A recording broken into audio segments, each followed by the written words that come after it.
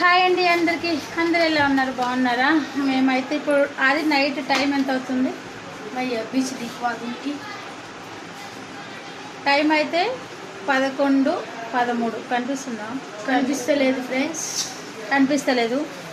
So ఇంతకు ముందే వచ్చామన్నమాట. ఇక్కడ మా ఆయన ఇప్పుడే అలా రెస్ట్ తీసుకున్నాడు.